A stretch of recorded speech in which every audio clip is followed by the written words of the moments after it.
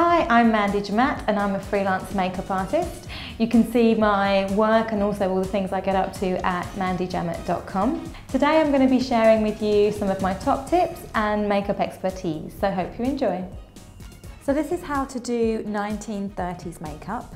Now in the 30s the skin was very matte, very rosy cheeks, always red lips and a thin eyebrow. So we've already started with the base. Very matte, neutral base, and the eyebrows have been softened. We're going to draw in an eyebrow and then do the lips and the cheeks. So I'm using a red blush. This is going to be for the cheeks.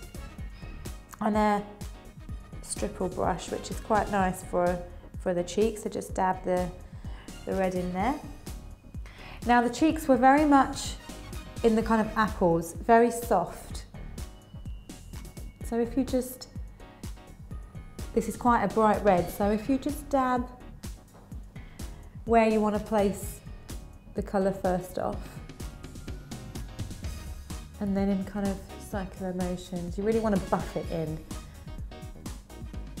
If you didn't want to do the whole 1930s look, you could take elements from this, so just the cheeks, or just having the brows with a lip shape, which are all quite distinct shapes.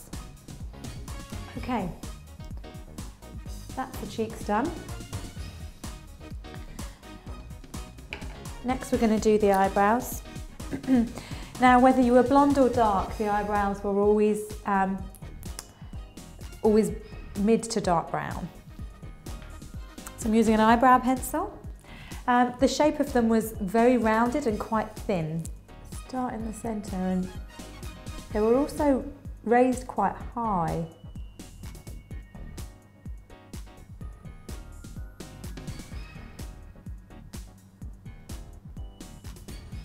And the arch was really in the centre. So nowadays we have kind of the arch towards the 3/4 of the way along. The arch was really in the middle.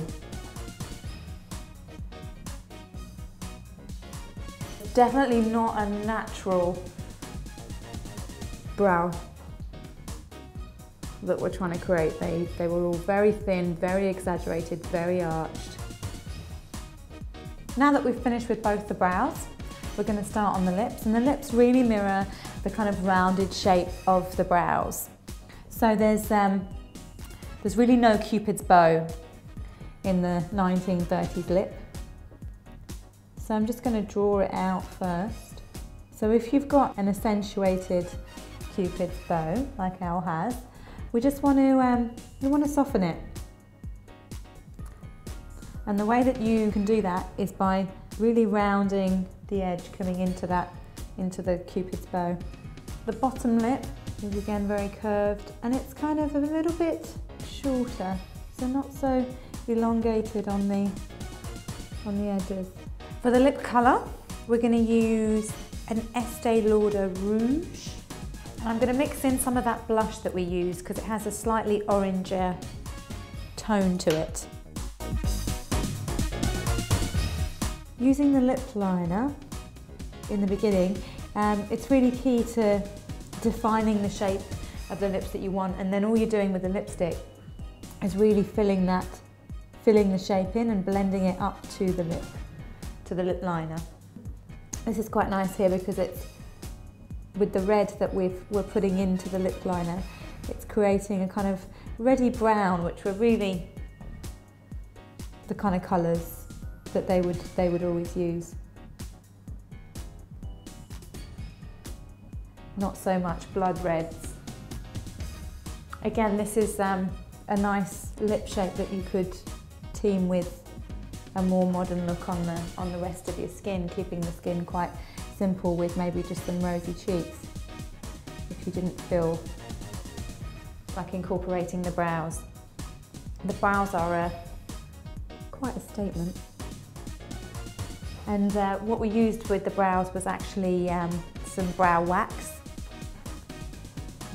to set them, and then we put foundation over the top.